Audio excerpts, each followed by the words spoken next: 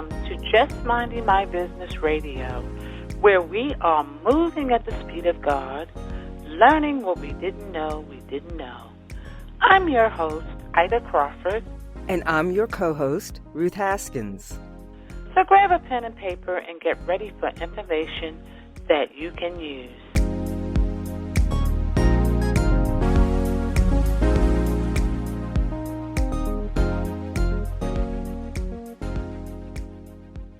Welcome to Just Minding My Business. Hope everyone has had a wonderful day full of great surprises and uplifting things. We are so pleased this evening to have Raphael Aguon with us tonight. He is a professional motivational speaker, trainer, and coach. He is a graduate of Coach University since 2004, which was founded by pioneer coach Thomas Leonard, also founder of the International Coaching Federation, an independent certifying body for coaching schools on an international level. In 2016, Raphael completed additional certification through the Life Mastery Institute in Los Angeles, California. He advanced his skills as a certified life mastery consultant and dream builder coach. There are many other things that he's been doing. I mean, he has an extensive background, but I love something that he says. Raphael's personal beliefs are that life always seeks more life, and that in and through every life experience are lessons to be learned and stories to be told. So welcome, Raphael Aguon. Thank you so very much. Story. They're eager to hear about what you do, your experiences, the life lessons, and how we can help ourselves and our listening audience. Oh, wonderful. Thank you so much for inviting me to be with you. And what an honor, I have to say, what an honor to be a part of your effort here, because helping people advance their lives and to really live fully has always been a passion of mine. And helping others to find their passion has always been my goal. So simply put, if I can advance even just one life, then I feel like I'm doing what I'm put here to do. So thank you for the invitation. I appreciate it. You're more than welcome. Ida always has our lead question, so I'll let her ask because she's bursting to ask it. Okay. I always like to know about beginnings, how you got on this road, and what makes you who you are. Wow, great question.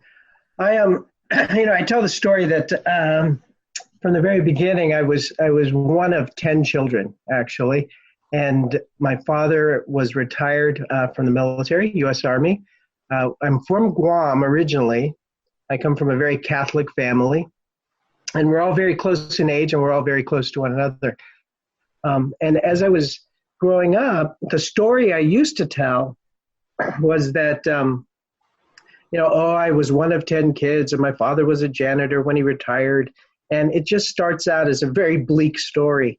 And recently, when I went to Los Angeles and got my certification with Mary Morrissey's Life Mastery Institute, she sat me down and we talked. There were probably 500 people in attendance. And she asked me to tell my story of who I was, and I started in on the story. And she stopped me before I even got 2 sentences out. And she said to me, she looked me square in the face, and she said, "Do you mean to say you had dirt floors? Do you mean to say you had no roof over your head?" And she made me realize that the way I was telling the story was from a place of deprivation, when in truth, I had 9 playmates. I lived in a gated community. And when people hear gated community, they think of wealth. And the truth was, my father was in the Army stationed at Fort Ord in Monterey, California. So Monterey, California is a beautiful place. It's a military base. It was a locked, gated community. But the truth was, I had everything that I ever needed and wanted. And my parents were very loving and gave us everything we needed to be successful in our lives. So the beginning of the story was that, as I said, I had 9 playmates, and my parents, we grew up very Catholic, very devout. And my mother gave us lessons that I've held on to my entire life. So things like, Mom, I want to be able to run cross country. Can I have running shoes?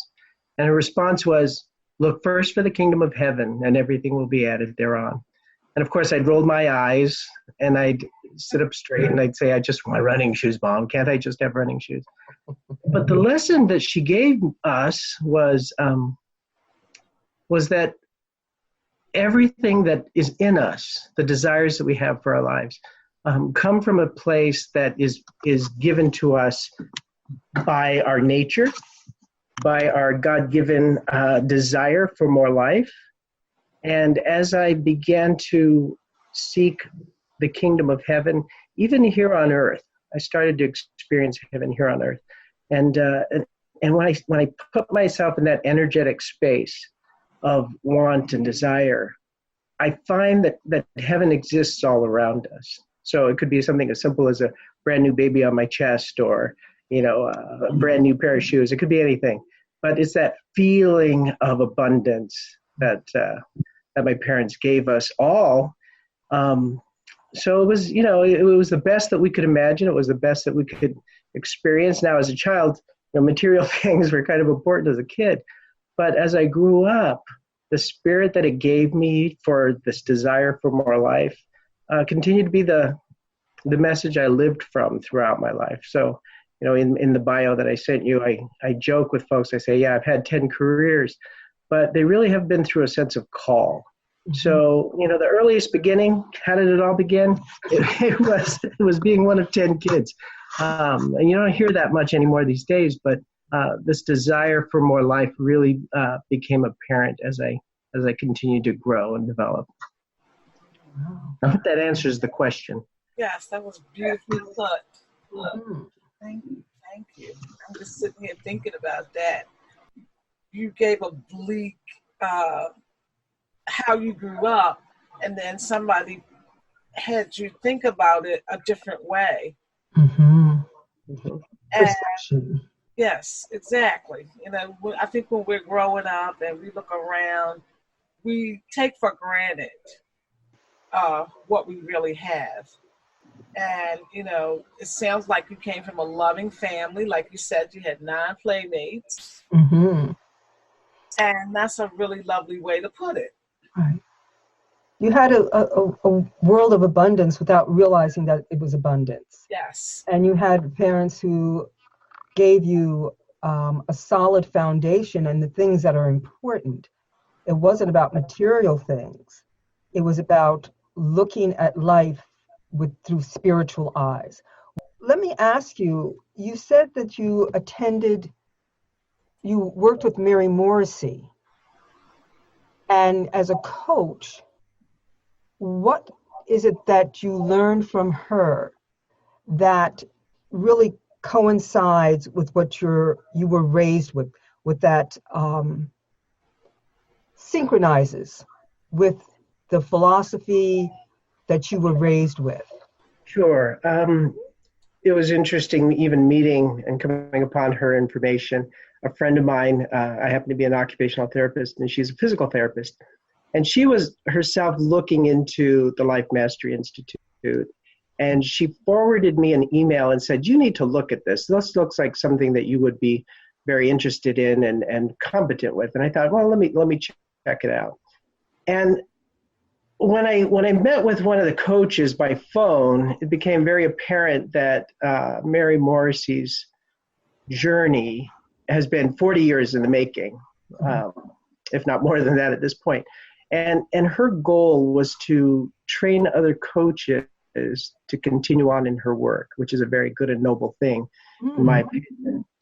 And having the opportunity to meet her in person, it just confirmed that her ideology and my ideology, our spirituality, our theology, was all pretty consistent, hers with my own.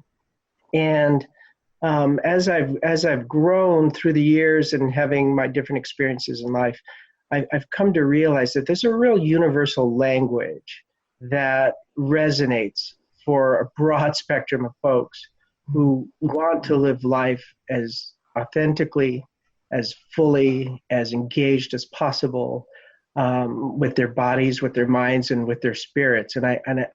For myself, that's where Mary and I made a real connection. And to see her commitment really inspired me and moved me to continue my own growth, my own journey, and to help others, get in touch with who they are, why they're put here on the planet. So one of the things that I do recognize is, there's such diversity in our world. And with myself being from Guam, I've lived here on the East Coast, and it's rare that I'll ever meet another Guamanian. But I'll meet everybody else, and so it's a real interesting exposure to folks of the Jewish tradition or Christian tradition or the Roman Catholic tradition or atheists.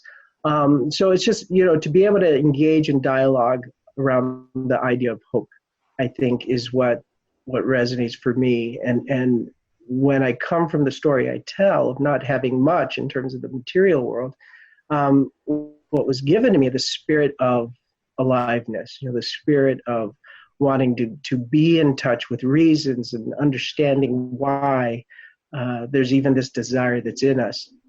So, as I met with Mary, and what an honor it was, there were 500 people in the room, 23 countries represented, and she points at me and says, let's sit down and talk. And so it was a real opportunity to get to see who she was and what she was about. And she continues, she continues to spread her gospel truth in terms of her experience of life. And if I can be even just a little bit of that, I think I would be happy, and I would be, doing what I'm called to do. So the Life Mastery Institute, just the name alone, it says a lot. And my goal is to continue to work with folks to be the best that they can for themselves, for their families, for the community, and for the world. So there you go. Can you give us an idea of what the Life Mastery means? What is it that it helps people to do? Okay. Sure. Life is a complex experience, isn't it? And as an occupational therapist, I got my education in physical disabilities and then also in mental health. So I've worked in psychiatry. I started my career as an Army officer at Walter Reed in Washington, D.C. And at that point in time, it was the mid-'80s, and Walter Reed was the Army's medical mecca. So I had a really wonderful start to my career. And so that's the body-mind connection right there. And I think that's, for me, is what drew me to the profession, this balance between the physical body experience and then also mental health. So the Life Mastery, when I just the idea of Life Mastery, it encompasses the totality of the human person. And even in my own journey, even prior to discovering the Life Mastery Institute, mid-career as a therapist, I left to study to be a Catholic priest. So I have a theology education as well. Mm-hmm. And the yearning for greater balance, greater understanding of life and why I'm here was instilled in me, from a very young age. And so the title of the Life Mastery Institute just seemed to encompass that engagement of body, mind, and spirit connection. Mm-hmm. So as I've engaged with different coaches who've graduated from that program, they too understand and know that it is a very complex understanding, but it's also very simple at the same time. And I'm a very simple guy. I love ideas. I love gaining information, but I also like helping people understand things from a very simple place. So the Life Mastery Institute seemed to encompass all of that for me. Okay. So who are do you have a practice, or do you work with clients, and who are your target market? My target market is working with pretty much at this point with my coaching and my training practice. I work with corporations, with companies who want to bring their spirited enthusiasm into their workplace. So I work with high-level executives, owners of companies, management teams to help them get back in touch with why they're there. And it's all about service. And the more we provide good service, good quality service professionally and personally, then the business just naturally grows. So that is a lot of what I do in my work. I've also worked with high-level individuals who are very motivated to grow their lives. And somebody asked me that very same question. I said, well, I kind of work with professionals because they tend to be very committed in the work that they do. And they have the opportunity, they realize they already have good lives, but they know it can be better. And so they've already given themselves a track record of success, and I want to help them along their way to be even more successful. So that tends to be the target audience that I'm with. Okay, I like the idea that you work with corporations and developing for service, because that's a big thing. And like you mentioned, when your people understand what service really means, then you have a thriving company. Absolutely. And one of the things that for me, like I teach my son, I don't care what you do your best. Mm-hmm. Because one of the things about that is it's about you. At the end of the day, it's about you. And every little thing matters. Every little thing matters. And no matter how menial the job is, it's a job that has to be done. And it's a job that you should be proud to do and do it well. Right. Absolutely. Absolutely. And, my father, God bless him, God rest his soul, was a really hardworking, honest, high integrity guy. And I remember days when I would go with him to the movie theater on post. And to this day, I will not throw anything down on the floor because, sweeping between the aisles and making sure all the popcorn was up and all the sticky floor was mopped up. I have a deep respect for people who are committed to the work that they do and that they do it well. And my father taught me, how important it is that everybody does what we commit to do. And he worked 3 jobs, as far back as I could remember. I was the 4th of 10. So he was working very, very hard while I was being raised in the house. It got easier as my younger brothers grew up, but in those early days, to see the commitment in him and what he taught me and what he gave me was a real understanding of what it means to work hard and be committed. So, his love was definitely present in all that he did. So yes, absolutely right. There's also that saying, people don't care how much you know until they know how much you care. Absolutely. And yeah, working in healthcare, that's so paramount, because you can have a physician that's very good technically, but with the worst bedside manner, it kills the spirit. Yes. And that's such an important part of who we are in our mending and our healing, being tapped into that energy of hope and compassion is critical. You said something, one word in passing, and if you could speak to that in conjunction with the idea of service, also compassion, you mentioned the word integrity. Mm-hmm. And if you could talk about that in terms of life mastery. No, absolutely. When we, as we grow, I remember early in my career when I was applying for a job, or I was interviewing to be an intern at Walter Reed. So I had to go up to San Francisco, and I met with people, and I put on the best clothes. I had my shoes shined, my hair was cut, I sat up straight, I spoke the right words. I put on this persona of success and confidence that I was faking my way through. Okay. So, I did everything right that I was supposed to do, which allowed me to be selected as one of 4 students, which was great. And I was afraid, when we're young and we're experiencing life for the first time and we're doing things for the first time, it's very difficult to navigate how to behave, how to perform, whatever. But it became really obvious to me in time, as time passed, that who I am fully in my confidence, and even in my lack of confidence, that if I can acknowledge it and be real with it, that people tend to accept it more easily, more readily, that you are a genuine human being and you're here to do the best that you can do. And that's really what people care about. So, in terms of integrity, I talk about the strength of one's life, and I give the example when I speak of a beautiful raw silk sport coat, and you have this one little thread that's cut on your lapel. And I actually weave or spin wool, and I've learned to knit on a psychiatric unit with my patients. I had them teach me how to knit as part of their therapy. So you have one broken thread, and the strength and the integrity of the fabric is lost. All right. So if you have that beautiful sport raw silk sport coat and you put it on, and you have that broken thread on the front of your lapel, what do we do? What do we tend to do as human beings? We put a brooch on it, or some kind of pin to hide the thread.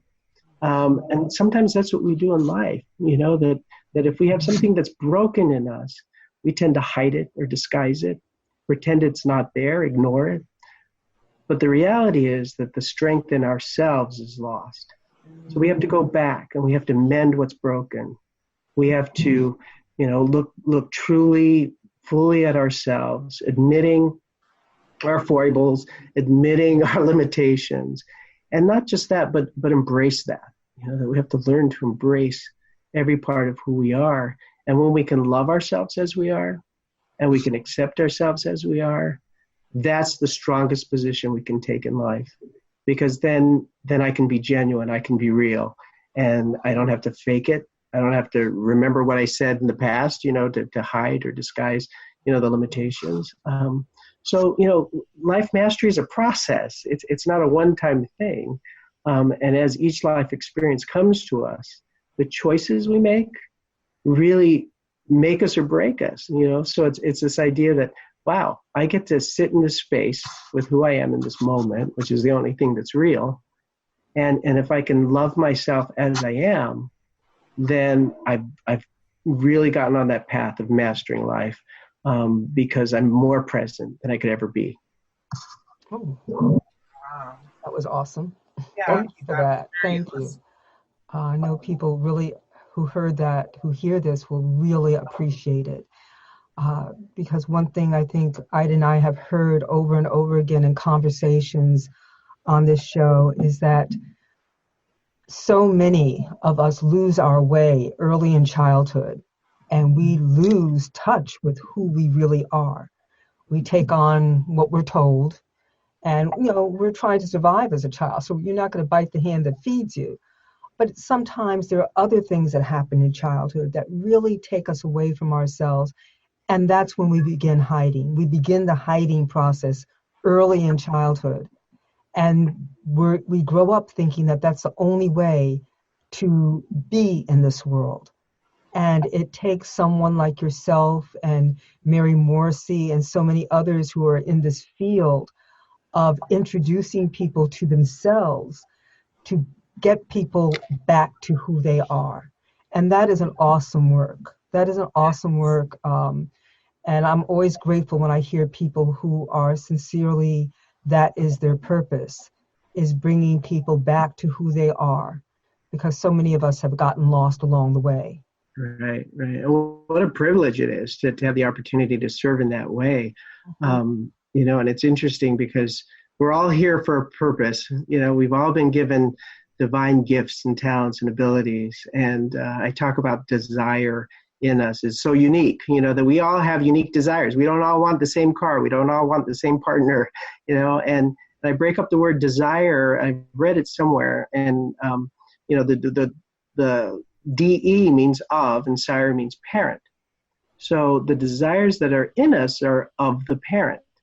Mm-hmm. And if we look at the universe or God or the divine, I don't think the Great White Oak minds whatever it is we want to call it, but it's this idea that the gifts that we've been given are uniquely given to us by that which created us. And when we can embrace that and we can acknowledge that, then we can begin to know and understand that the universe is here every step of the way, every breath I take, supporting me, moving me, creating circumstances around me to support me towards my dream. Because if you're a parent, any parent out there knows that if a child shows some kind of talent or interest, that parent's going to do everything in their ability to help that child grow. Well, how much more would the universe do for us who created us and love, right?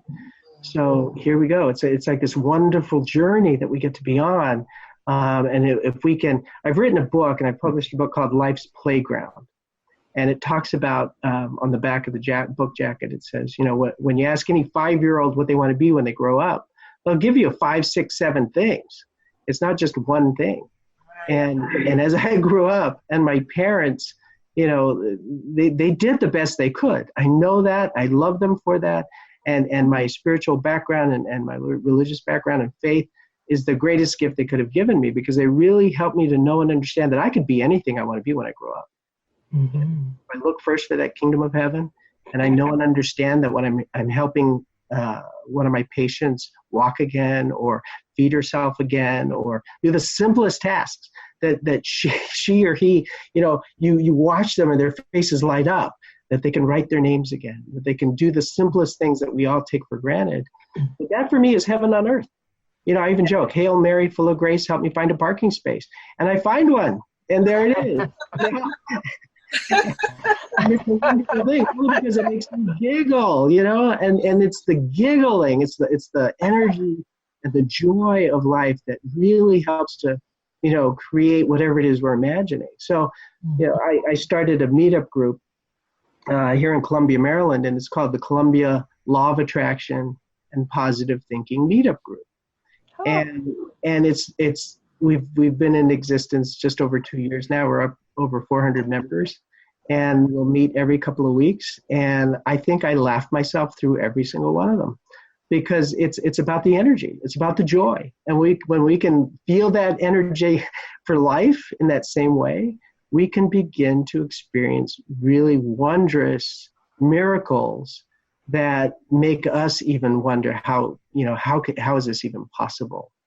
And if I could, can I share 2 quick stories with you? Oh, please. When I was in religious life, I was studying to be a Catholic priest for 5 years. I was a seminarian. And my classmates, it was a group of 4 of us, went to the novitiate, which is a year-long experience. And the idea is you go to the novitiate as a novice. You get taken out of the world for 1 year and 1 day. All right? And it was symbolic of your Roman citizenship. If you left the city of Rome for more than 1 year and 1 day, you lost your Roman citizenship. Okay? So in the seminary, in the novitiate, we left for 1 year and 1 day, and we lost our citizenship in the world. And we took on a spiritual experience. So it was a wonderful place. Now, the class before us were all accomplished musicians. All right? And here we were. And I could sing Happy Birthday, so I got to be the choir director. All right? And none of us played an instrument. The parish that we were serving were used to this class before us who were accomplished musicians. So I picked up a book, Teach Yourself Guitar. And I practiced for 2 weeks steadily. And I played my first Mass in 2 weeks. Solo. Who does that? Right? But it's somebody who believes that they can be anything they want to be when they grow up. Okay? So I've had that experience. And then I'll share another story with you. I was out to lunch with a friend in Washington, D.C. We were at a Chinese restaurant in Chinatown. And I looked away, and when I looked back, he had tied a napkin on his head, and he was doing the Junior Birdman mask with his fingers. I don't know if you're familiar with that. But if you do the OK sign with both your hands, and you flip your hands over and you look through the circles, that's the Junior Birdman mask. Okay. And I blurted out loud, I don't know why I said this or how I said this, but I said, oh my God, that would make a great painting. And luckily for me, my friend Paul was very vain. And we walked down to the art supply store, bought a 24 by 24 inch canvas, oil paints, brushes, liquid. I didn't even know what that was, but she said I was going to need it. And he sat on my steps at my house on Capitol Hill, and I painted his portrait in 3 hours. I'll have to send a copy of that to you so you see what I'm talking about. But we both sat there just amazed at how that even happened, right? And I was so inspired that I had to paint a portrait a week of a different friend doing something interesting with their hands. And by 8 weeks, an artist on Capitol Hill came by and she saw my work and she said, "You need to have a show." I said, "I don't know how to have a show." She goes, "Don't worry about it. You just keep painting." And she found me a venue, and by 12 weeks, I had 12 paintings. She put an ad in the paper, an article in the paper, new Capitol Hill artist, some hands, some faces was the name of the show. Some hands, some faces. So when you read it quickly, it read some hands, some faces, which was kind of a play on words. And she looked at me and she said, "By the way, why are you painting hands? Hands are so difficult to paint." Well, as a therapist, I was doing outpatient therapy, and my focus was hand rehab, post-surgical, post-trauma. So I was holding hands all day long, right? So I knew the hand intimately. And she even priced my work. And I didn't spend more than 3 hours on any one painting. And the lowest price was $550. Wow. And at the end of the show, at the night of the reception, I sold 8 of the 12 paintings. So that's a miracle in the making, is it not? So it's kind of like, how does this happen when one moment of inspiration hits us, we give ourselves over to it, and we allow ourselves to step aside from fear, from doubt, from lack of knowing, and just trusting that we are each endowed with tremendous gifts. That we each have the opportunity to explode upon the world, the love that created us. And if we can do that, and imagine what the world would be like if everyone could step aside from the fear. Because I'll tell you, moments before the show opened, I had flowers from my family out in California. They knew about the show. I had cards. Moments before the show, I thought, oh my God, what if there's an art critic here? And I almost stripped the paintings off the wall. And a friend of mine pushed me aside to say, "This ain't happening. You're going to go." So we had the show, and it was a tremendous success. But I share that story because it's an example of what life can look like if we remove doubt, if we remove fear, we step out in faith, and that faith piece is so critical, because one of the things I'm learning these days, and I'm helping clients get to for themselves, is is that we can't. And Mary Morrissey teaches this. We can't chase after our dreams. We have to come from them as if it's already here. Mm-hmm. And so, I've had a lifetime of that with all these little stories I'm sharing with you, and there's countless others. But I'll tell you, I've seen people make miracles happen in their own lives, and I've had the honor and privilege of working with them. So, it's a tremendous opportunity to live life at the fullest level possible, if we can really begin to become truly who we are and who we're created to be. Yeah. Wow. So how can people get in contact with you? How can people get in contact with me? Well, I do have an email address and a website that people can go to. And I have a telephone number that folks can reach me. So which would you prefer? Which is most helpful to folks? Probably your website probably has all of that, correct? Correct, yes. Yes. So, if they go to Raphael Aguon at lifemasteryconsultant.com, that's the easiest place to go. So it's spelled RAPHAEL AGUON at lifemasteryconsultant.com.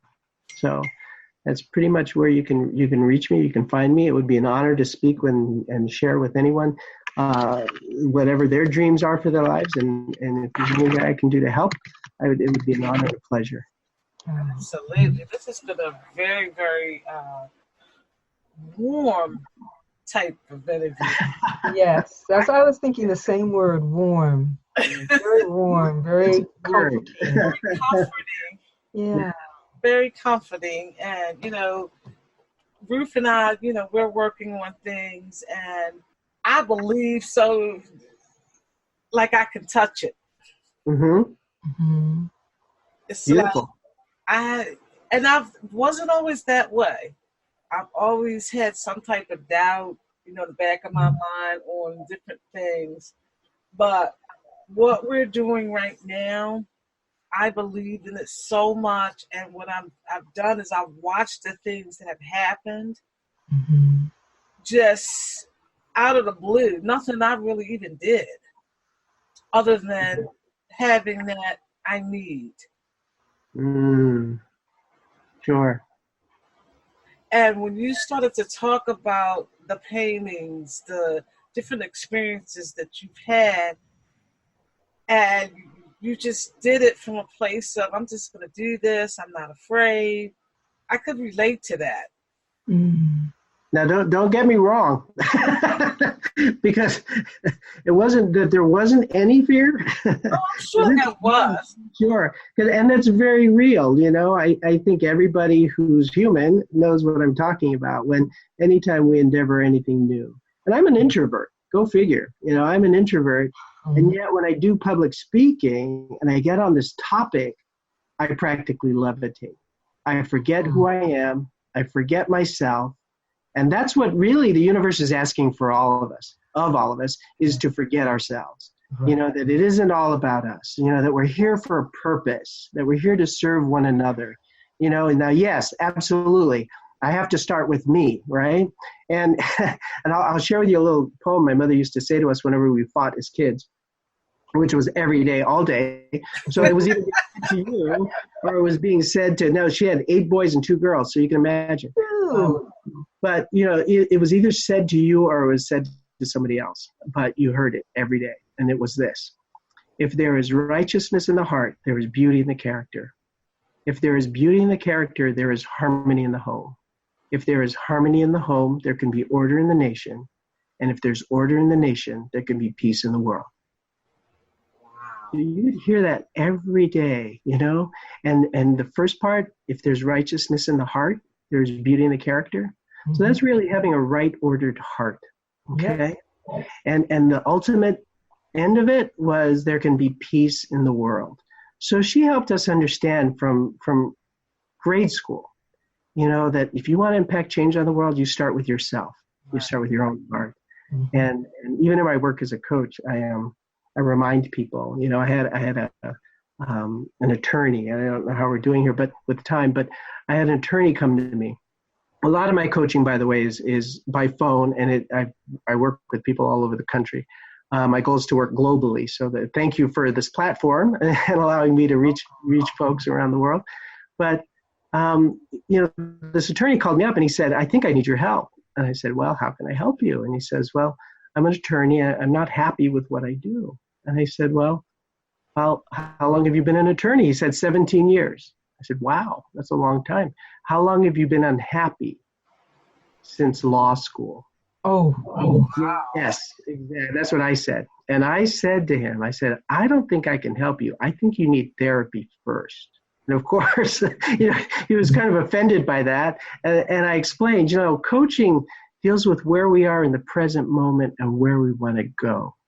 Therapy deals with where you are in the present moment and what happened in the past that got you here. So not that they're mutually exclusive, but I said to him, I said, well, if you're unhappy since law school, why are you an attorney? And he said to me, because my father was an attorney and my grandfather was an attorney. And I said, well, of course, there you go. Wow. So he did what he was supposed to do in order to have what he was supposed to have. And once he woke up and looked at it all, he realized that he forgot himself in the process. And so I reminded him, just like I remind everybody I work with, you know, that we are human beings first. We are human doings second. That's right. You know, so if we can get in touch with who we are at our core, you know, our values, our faith traditions, you know, whatever it is that allows you to go in, is what I encourage people to do. And it's not always easy. So, you know, as I help people move through this process, they get really in touch with who they are and why they're here. And I'll tell you, every life that can be lived from that place, I think we're making a tremendous contribution to the planet. And the love, the rippling effects of that are just tremendous and really immeasurable. But, you know, if I can impact one change in someone's life, then I know I'm doing what I'm supposed to do. So thank you. Thank you for the opportunity to speak to you. Can I ask you just one last favor, then we'll let you go? Absolutely. Could you repeat your mother's Yeah, I advice? need to write that down. I like that. That's something that needs to be pasted on some people's foreheads. But it's your mother coined it very well. Yeah. My mother, by the way, her name is Anna, and she was the oldest of four. And her younger siblings used to call her Miss Ann, with a real kind of respect, right? Mm-hmm. So I'm writing another book. There's several books I'm working on, but I mentioned Life's Playground. The other one I'm working on is I Choose All, which was inspired by Saint Therese of Lisieux, a French Carmelite nun who died at the age of 24 and was canonized a saint in the Catholic Church, but in record time, actually. And the other book I'm working on is called The Miss Ann Lectures. Okay. I like that. Have you back to talk about that book? Yeah. So it's gonna have all of these lecturing moments that we had as kids growing up, reminding us to look first for the kingdom of heaven, etc. And it's just a collection of fun stuff. But I kind of feel sometimes that it's missing in our culture today. That we're being so aware of, allowing children to become individuated, self-reliant, all of that, which is good and important. But sometimes with the busyness of sports and activities, we lose sight of what family values can be and the strength and the impact it can have. So this resurrection of my mother's lectures might be a really good thing. I think so. Yeah. So you ready? Yes. Okay. So the quote is, if there is righteousness in the heart. Okay. There is beauty in the character. If there is beauty in the character, there is harmony in the home. Mm-hmm. And if there is harmony in the home, there can be order in the nation. Repeat that again. If there is harmony in the home, there can be order in the nation. And if there is order in the nation, there can be peace in the world. I can't wait until your book, Your Mother's Sayings, come out. It's going to be beautiful. Oh, thank you. Thank you. Really lovely. Yeah. Thank you so much. Oh, absolutely. Gentle conversation. I feel blessed. I do too. And the feeling is mutual. Thank you for the work that you do. Thank you for the opportunity to serve you in this way. If there's, I love the fact that you both are so committed to what you're doing. I get the privilege of getting to see your lovely faces on Zoom. You don't get to see mine, but that's okay. But you've got great smiles. I can see the light just kind of, coming forth. So wonderful for you. Bravo for listening to your calls and for serving the people that you serve. Thank you. I appreciate it. You too. And you will be back. Okay, I'd love the honor. Mm-hmm. You're more than welcome. Thank you. Thank you. You have a wonderful evening. I shall. You do the same. Okay. All right. Take care. Peace and blessings. Okay. Blessings. Bye.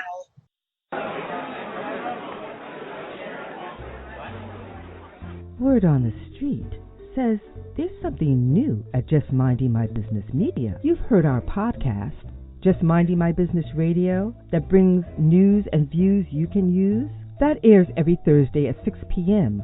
on iHeartRadio, iTunes, YouTube, Spotify, and Spreaker.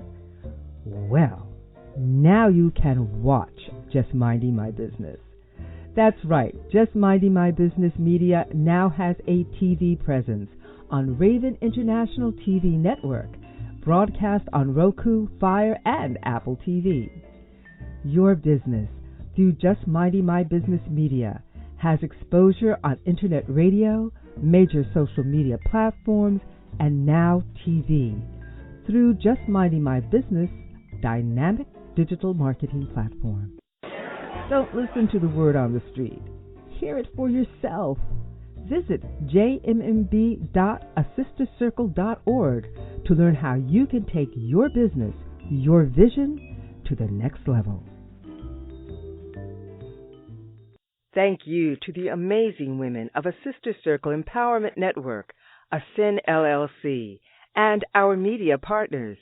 Let Just Minding My Business Media promote your business. For information, visit us at jmmb.asistercircle.org. That's jmmb.asistascircle.org. Voiceovers by RCH VoiceWorks. For when you want to be heard. Call 443-620-4115.